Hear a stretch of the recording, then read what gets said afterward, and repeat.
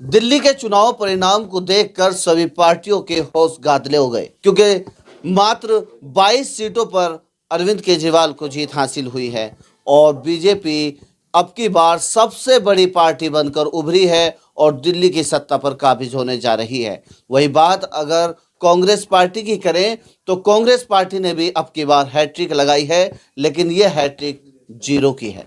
तो हमारे बीच में इस पूरी राजनीति को लेकर और दिल्ली के विधानसभा चुनाव को लेकर एनएलपी पार्टी की नेशनल वक्ता स्टार प्रचारक तस्बीहा अकरम मौजूद है। इनसे जानेंगे कि दिल्ली की राजनीति को लेकर आखिर इनका क्या मत है और ये किस तरीके से इस राजनीति को देखती हैं। तस्बीहा जी, बहुत बहुत शुक्रिया, आप फिर दोबारा हमारे चैनल पर आए हैं, इसके लिए धन्यवाद। जी, बहुत बहुत शुक्रिया आपका कि आपने भी मुझे दोबारा ये शर्फ बख्शा कि मैं आकर कुछ अपना मत रख सकूं। कहीं ना कहीं आपकी जो लैंग्वेज है, बॉडी लैंग्वेज है, कहीं ना कहीं एक बड़ी राजनीति की ओर इशारा कर रही है। ऐसा लगता है कि देश की कोई एक बड़ी लीडर हमारे सामने खड़ी है और वो लीडर जिसका भविष्य बहुत ही ज़्यादा उज्जवल होने वाला है। तस्बीहा अकरम दिल्ली की राजनीति को किस तरीके से समझ पाई? देखिए, जब हम किसी प्रतियोगिता में भी जाते हैं तो या तो हार होती है या जीत होती है। तो सबसे पहले मैं भारतीय जनता पार्टी को शुभकामनाएं देना चाहती हूँ कि वो 27 साल बाद दिल्ली की राजनीति में, दिल्ली में सत्ता बनाने पर सक्रिय रही और उन्होंने भारी मतों से अपनी सत्ता को यहाँ पर बनाया। और बहुत बहुत बधाई मैं देना चाहती हूँ भारतीय जनता पार्टी को। और आम आदमी पार्टी ने भी, अगर यहाँ पर आम आदमी पार्टी की हार हुई है तो कहीं ना कहीं लॉस तो हुआ है, लेकिन अगर ये जनता का फैसला है, क्योंकि मत जनता देती है तो जनता ही बेहतर जानती है कि किसको मत देना है और किसको नहीं। यदि जनता ने आम आदमी पार्टी को इस बार मत नहीं, वोट्स नहीं दिए, तो कहीं ना कहीं आम आदमी पार्टी का ही कहीं ना कहीं इसके अंदर हाथ है कि उन्होंने काम नहीं किए, ठीक से विकास नहीं हो पाया, तो जनता कहीं ना कहीं बदलाव चाहती थी। लेकिन कयास लगाए जा रहे हैं कि कांग्रेस पार्टी ने अब की बार जो चुनाव लड़ा है, कुछ राजनीतिक विशेषज्ञ इसके कयास लगा रहे हैं कि कांग्रेस पार्टी ने जो अब की बार चुनाव लड़ा है वो सिर्फ और सिर्फ आम आदमी पार्टी को हराने के लिए लड़ा है। देखिए, दुश्मन का दुश्मन तो दोस्त होता है, कहावत बड़ी मशहूर है कि यदि आप कांग्रेस का है कि यदि आप नहीं, अगर बीजेपी बनती है तो कहीं ना कहीं आपकी सत्ता जो है वहाँ से हट रही है। 10 साल की एक मजबूत सत्ता पर काबिज पार्टी जो दिल्ली में 10 साल से सत्ता पर है वो हट रही है, तो कहीं ना कहीं आम आदमी यहाँ पर कमज़ोर हो गई। और बीजेपी अभी नई नई सत्ता में आई है तो 27 साल बाद, तो कहीं ना कहीं कांग्रेस को यहाँ पर एक मजबूत प्लस पॉइंट मिल रहा है कि वो दोबारा अपनी स्कीम्स वगैरह को लाकर अगले 5 साल के बाद चुनाव में और अपनी स्कीम बेहतर कर कर बीजेपी के खिलाफ चुनाव लड़ेंगे। तो यानी अपनी जमीन तैयार करेंगे। जी, क्योंकि मजबूत को हटाकर कमजोर के साथ लड़ना is a better replacement, I think. अच्छा, एक और बात हमें सामने एक और बात आई है कि ये कांग्रेस और बीजेपी आम आदमी पार्टी का तो जो भी ये खेल था वो हो गया, लेकिन इसके अंदर जब AIMIM की एंट्री होती है तो फिर सीधा दिल्ली के जो मुसलमान हैं, मुस्लिम सीट हैं, उन पर कहीं ना कहीं वोटों का ध्रुवीकरण हो जाता है और लोग कहने लगते हैं कि जब ओवैसी आ गया वोट काट देगा और उसकी वजह से बीजेपी जीत जाएगी, कांग्रेस हार जाएगी, आम आदमी हार जाएगी। ये क्या फैक्टर है? देखिए, ऑल इंडिया मजलिस इत्तेहादुल मुस्लिमीन के जो नेता हैं असदुद्दीन ओवैसी जी, वो कहीं ना कहीं बांटने की ही राजनीति करते हैं। उनके भाषण में भी हिंदू मुस्लिम साफ साफ दिखता है, वो हमेशा मुस्लिम के पक्ष में ही बात करते हैं। तो कहीं ना कहीं मुस्लिम वोट्स भी यहाँ पर डिवाइड होते हैं और उन्होंने एक मेजर फैक्टर यहाँ पर ये अप्लाई किया कि उन्होंने तारिक हुसैन जी को हम यहाँ पर उतारा, उन्हें सीट के लिए उम्मीदवार चुना, ताकि जो मुसलमान हैं वो कहीं ना कहीं इमोशनली उनसे अटैच होकर उन्हें वोट्स दें। तो कहीं ना कहीं ये भी एक फैक्टर हो सकता है कि असदुद्दीन ओवैसी जी ने उन्हें ऐसा किया। लेकिन लोगों का तो मानना है कि अच्छा ही हुआ, ताहिर हुसैन को कोई टिकट नहीं दिया, सबसे पहले आम आदमी पार्टी ने उनको बाहर निकाल दिया, जबकि आरोपी हैं, उन पर कोई आरोप भी सिद्ध नहीं हुआ है। तो इस तरीके से तो अच्छा ही किया असदुद्दीन ओवैसी ने उनको टिकट देकर। क्या लगता है कि मतलब ये गलत करा असदुद्दीन ओवैसी ने उनको टिकट देकर? नहीं, गलत नहीं किया। हर पार्टी की अपनी अपनी विचारधारा होती है। अगर उन्होंने ताहिर हुसैन जी को टिकट दिया है ये कहकर कि कहीं ना कहीं मुस्लिम्स उनसे इमोशनली अटैच होंगे और कहीं ना कहीं उनको वोट्स मिलेंगे, तो कहीं ना कहीं उनका ये माइंडसेट होगा कि अगर ऐसे उनको वोट्स मिल सकते हैं तो वो ऐसे वोट्स हासिल कर रहे हैं, तो ये तो गलत है नहीं, क्योंकि हर कोई अपने रिप्रेजेंटेटिव्स को ही टिकट्स वगैरह देते हैं। तो मतलब कहीं ना कहीं अपने अपने मत को साधने के लिए, अपने अपने हित को साधने के लिए चुनाव लड़ा जा रहा है। चुनाव तो सभी जनता के लिए लड़ना चाहिए ना, सिर्फ मुसलमानों के लिए ही क्यों? देखिए, अगर हम किसी को टिकट्स देते हैं, अब हम कोई स्कीम वगैरह ला रहे हैं, तो हर अपनी अपनी विचारधारा के अकॉर्डिंग ला रहे हैं। अगर हम ये रिप्रेजेंट कर रहे हैं कि we are fighting for everyone, कि हम सभी के लिए लड़ रहे हैं, हम हिंदू मुस्लिम, हम कोई जाति या धर्म नहीं देख रहे हैं, this is our own point of view, कि हमारा ये अपना खुद का पॉइंट ऑफ व्यू है। लेकिन यदि हम किसी बेसिस पर किसी को टिकट्स दे रहे हैं या किसी को सत्ता में लाने के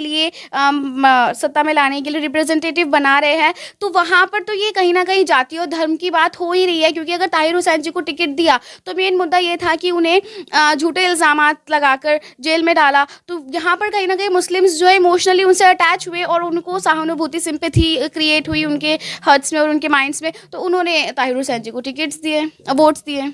इसके फलस्वरूप बीजेपी जीत गई।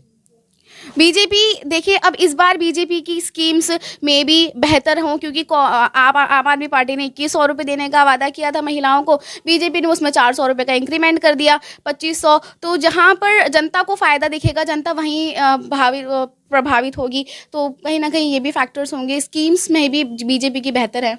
स्कीम बीजेपी की बेहतर थी, इसलिए इस पर परिवर्तन हो गया। क्योंकि हम अपना बेस्ट देने की कोशिश करते हैं। अगर अगर मेरा ही कॉम्पिटिटर है, कोई भी कॉम्पिटिटर है, वो अपना 1% दे रहा है, तो मैं चाहूँगी कि मैं 2% दूँ, क्योंकि जो हम जितना बेस्ट देंगे उसका ही हमें रिजल्ट भी बेस्ट मिलेगा।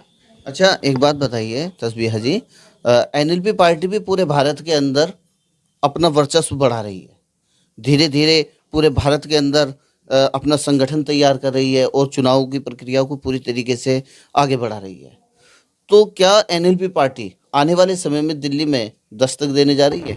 देखिए, 100 मील का सफ़र पहले कदम से शुरू होता है। तो यदि हमने राजनीति में कदम रख ही लिया है, तो इंशाल्लाह आने वाले कुछ सालों में या आने वाले वक्त में कहीं ना कहीं हम भी चुनाव में आएंगे। तो अगर हम राजनीति में आए तो ऐसा तो नहीं है कि बस राजनीति करेंगे, चुनाव में नहीं आएंगे, इंशाल्लाह बहुत जल्दी आएंगे।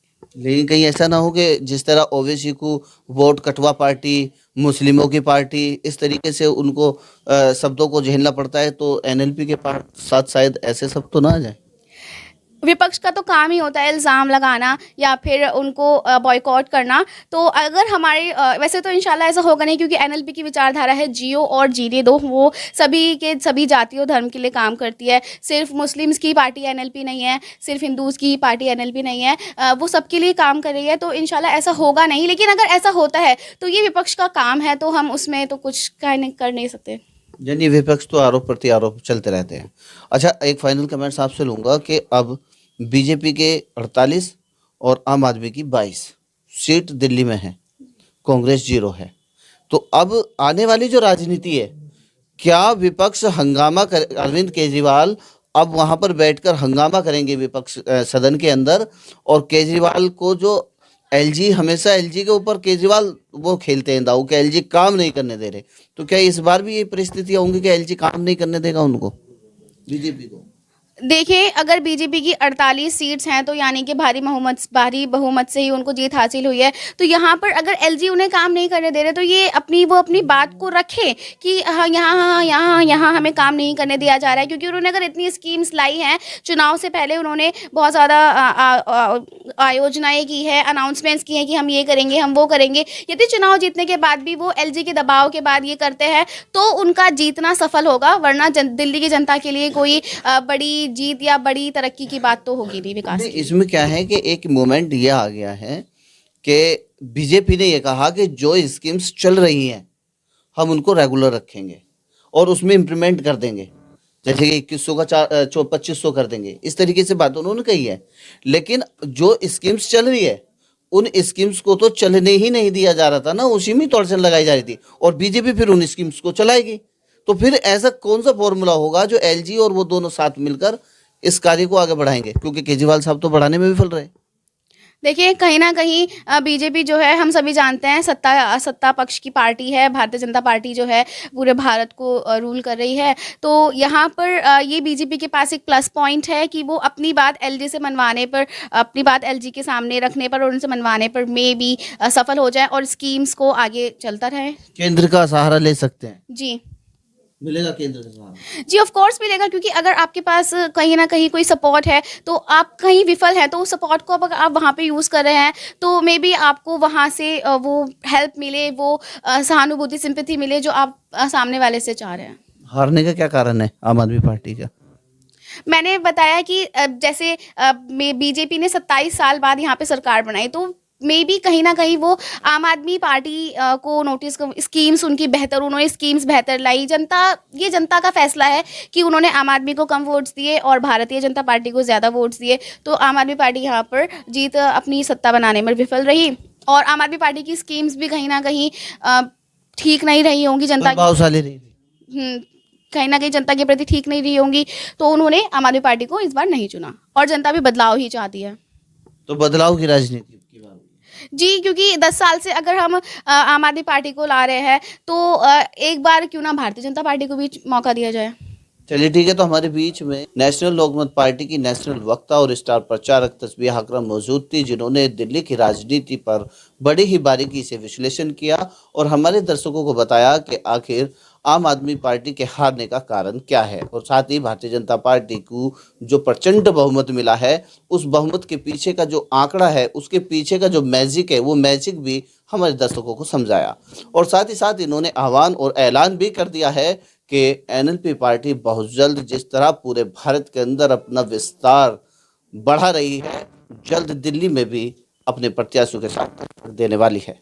खैर बहरहाल, तब तक आप हमारे साथ जुड़े रहें और देखते रहें ऐसे न्यूज़ दिल्ली।